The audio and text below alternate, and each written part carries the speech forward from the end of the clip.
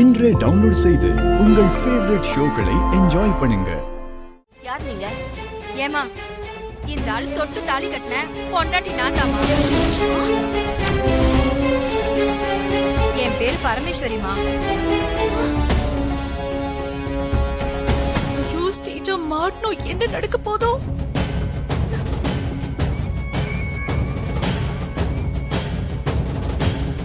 என்ன சொல்றீங்க நீங்க? இவர் வைஃப் இவங்க தானே? என்னங்க என்ன சொல்றாங்க இவங்க? மா, இவன் உங்ககிட்ட என்ன வேஷம் போட்டிருக்கான்னு எனக்கு தெரியாதுமா. ஆனா இவன் 1ஆம் நம்பர் ஃப்ராட். எனக்கு தாலி கட்டின பாவத்துக்காக இவனுக்கு இத்தனை நாள் உட்கார வச்சு சோறு போட்டுட்டு இருக்கேன்.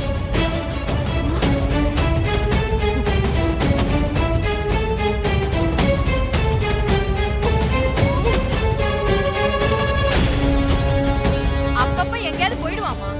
நடிக்க போறேன், அங்க போறேன், இங்க போறேன்னு சொல்லி எங்கெங்கயோ போவான். அந்த மாதிரி எங்கேயோ போயிருக்கான்னு நினைச்சேன். இப்ப பார்த்தா இந்த மண்டபத்துல வந்து இவளுக்கு புருஷனா நடிச்சிட்டு இருக்கான். இவன் சரியான ஃப்ராடுமா.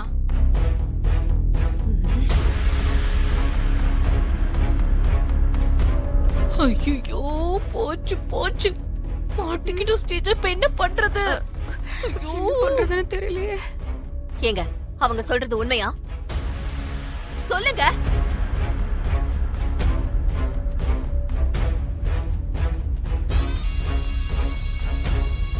ஸ்ரீஜா, என்னம்மா இது?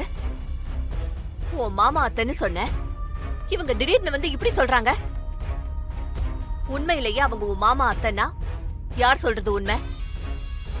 ஐயோ இப்ப என்ன கூப்பிட்டு கேட்பாங்களே, நான் என்ன பண்ணுவேன்? ஐயோ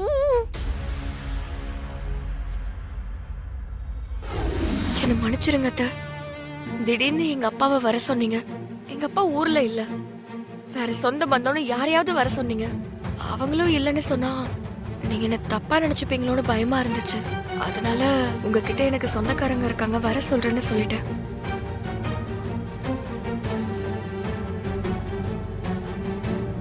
அதுக்கப்புறம் என்ன பண்றதுன்னே புரியல அத்தை. யோசிச்சேன், எனக்கு வேற வழி தெரியல அத்தை. அதுக்காக தான் இவங்கள அத்தையாவும் மாமாவாவும் நடிக்க கூட்டிட்டு வந்தேன். நல்லா கதை விடுற ஸ்ரீஜா. என்கிட்ட உண்மையை சொல்ல வேண்டியதானே அப்பவே? அதையும் யோசிச்சேன், உண்மையை சொல்லிருக்கலாம். ஆனா சொன்னா நீங்க எப்படி ரியாக்ட் பண்ணுவீங்களோ, ஒருவேளை யாரும் இல்லாத அனாதைன்னு நினைச்சு அதுக்காக என்ன ரிஜெக்ட் பண்ணிட்டீங்கன்னா எனக்கு பயமா இருந்துச்சு. ரொம்ப குழம்பிட்டேன். அதனாலதான் இப்படி செஞ்சேன். நான் வேற எந்த தப்பும் பண்ணல அத்தை. ஓ, அப்போ நீ வேற எந்த தப்பும் பண்ணலையா? யாருக்கு தெரியும் வேற என்னென்ன பண்ணிருக்கேன்னு? சொந்தக்காரங்க இல்லன்னு சொல்லிருக்கணும். அதை விட்டுட்டு நடிக்கிறதுக்கு ஆளை கூட்டிட்டு வந்திருக்க. அதான் அவரு பொண்டாட்டியா சொல்றாங்க அவரு 1ஆம் நம்பர் ஃப்ராடுன்னு. இப்படிப்பட்ட ஒரு ஆளை எங்க வீட்டுல இவ்வளவு நாள் தங்க வச்சிருக்கீங்க. ஏதாவது ஒரு தப்பு அங்க நடந்திருந்தா என்ன பண்ணிருப்ப? ராகவ், நிதானமாரு. இங்க எல்லாரும் இருக்காங்கல்ல.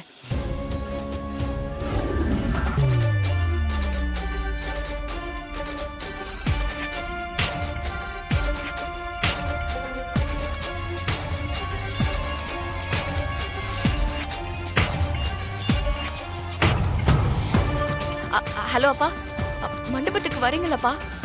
இங்க ஒரே பிரச்சனையா இருக்குப்பா. இல்லம்மா, நான் வரலம்மா.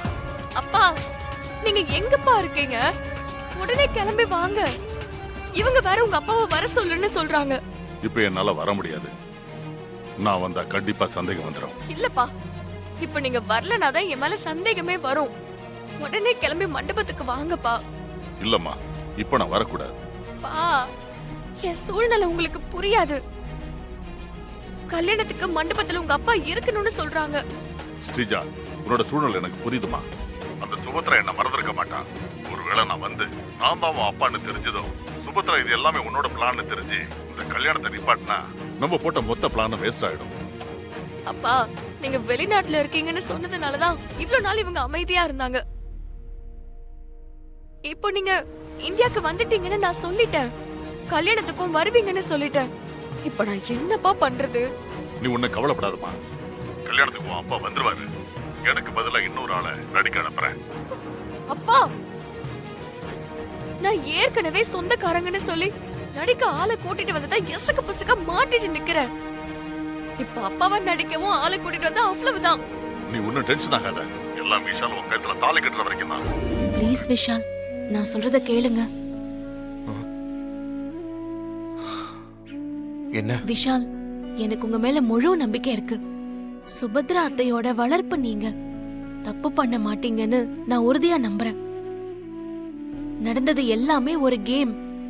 அந்த ஸ்ரீஜா உங்களை ட்ராப் பண்ணி மாட்டி விட்டுருக்கான். நீங்க கூட நினைக்கலாம் அவளுக்கு பதிலா நான் உங்களை கல்யாணம் பண்ணிக்கிறதுக்காக தான் இப்படி எல்லாம் பண்ணிட்டு இருக்கேன்னு. ஆனா நான் கிளியரா சொல்றேன், அந்த எண்ணம் இப்ப எனக்கு இல்ல. சரி, அப்புறம் ஏன்? ஒரே ஒரு காரணம் தான். இன்னைக்கு தன்னோட அத்தை மாமான்னு சொல்லி 2 பேரை பொய்யா கூட்டிட்டு வந்தவ எப்படி நல்லவளா இருக்க முடியும்? நீங்க அவகிட்ட தப்பா நடந்துக்கிட்டீங்கன்னு அவ சொன்னது ஏன் பொய்யா இருக்க கூடாது? விஷால், லைஃப் லாங் நீங்க அவ கூட வாழ போறீங்க. ஆனா அவ நீங்க தப்பு பண்ணதா ஒரு கில்ட்ட உருவாக்கி அதுலதான் உங்களை கல்யாணமே பண்ணிக்க போறா. இதெல்லாம் எனக்கு ரொம்ப தப்பா படுது. ஏய் இசை, இங்க வா. என்ன சித்தி? போன்னு சொல்றல. சித்தி, வா. என்ன ஏய், சித்தி? இங்க பாரு. என்னாச்சு? நீங்க பேசுனது என் காதுல விழுந்துச்சு. உன் மனசுல என்ன நினைச்சிட்டு இருக்க? உனக்கு எதுக்கு தேவையில்லாத வேலை? ஐயோ சித்தி, ஸ்ரீஜா தப்பான பொண்ணு சித்தி. இசை, அவ தப்பானவளாவே இருந்துட்டு போகட்டும். அது உன் பிரச்சனையா? இப்ப சித்தி, அதான் அந்த விஷால் ஸ்ரீஜாவை லவ் பண்றா. உனக்கும் அவனுக்கு ஒண்ணு இல்ல ஆகி போச்சுல. அப்புறம் எதுக்கு எல்லாத்துலயும் தேவையில்லாம மூக்கல வளைக்கிற? சித்தி, இன்னைக்கு நீங்களே பாத்தீங்கல்ல, அவ சொந்தக்காரங்கன்னு சொல்லி 2 பேரை நடிக்க செட் பண்ணிருக்கா. இருக்கட்டுமே, அதனால நமக்கு என்ன பிரயோஜனம்? இப்ப அவ என்ன வேணாலும் பண்ணிட்டு போறா. அத அவங்க பாத்துப்பாங்க. நடுவுல நீ எதுக்கு நாட்டாம பண்ணிட்டு இருக்க? இங்க பாரு இசை, நீ அதை இதையும் பேசி குழப்பி இந்த கல்யாணம் நின்னு போயிடுச்சுன்னா நம்ம வர்ஷினியோட வாழ்க்கை தான் பாதிக்கப்படும். உனக்கு புரியுதா இல்லையா? சித்தி, இது அவங்க பிரச்சனை மட்டும் இல்ல. நம்ம வர்ஷினி இனிமே இந்த வீட்டுக்கு மருமகளா ஆக போறா. இது நமக்கும் சொந்தமான வீடுதான். இங்க ஒரு பிரச்சனைனா அது வர்ஷினியும் தானே சித்தி பாதிக்கும். ஏய், அதெல்லாம் அப்புறம். முதல்ல நீ இந்த கல்யாணத்தை ஒழுங்கா நடக்க விடணும். நீ எதையாவது குட்டிய குழப்பி விட்டுருவேன்னு எனக்கு பயமா இருக்கு. இங்க பார், யார் எக்கடி கேட்டாலும் எனக்கு கவலை இல்ல. எனக்கு என் பொண்ணோட கல்யாணம் நடக்கணும். புரியுதா? சித்தி, அதெல்லாம் நடக்காது சித்தி. ராகவ் வர்ஷினி கல்யாணத்துல எந்த பிரச்சனையும் வராது. சுபத்ரா அத்தை எவ்ளோ தங்கமானவங்க, பசங்க மேல எவ்ளோ அன்பு வச்சிருக்காங்க. இப்ப பாருங்க, அவங்க விஷால் கூட பேசுறதே இல்ல. ஏன் தெரியுமா சித்தி? இது எல்லாமே அந்த ஸ்ரீஜாவோட சூழ்ச்சியால.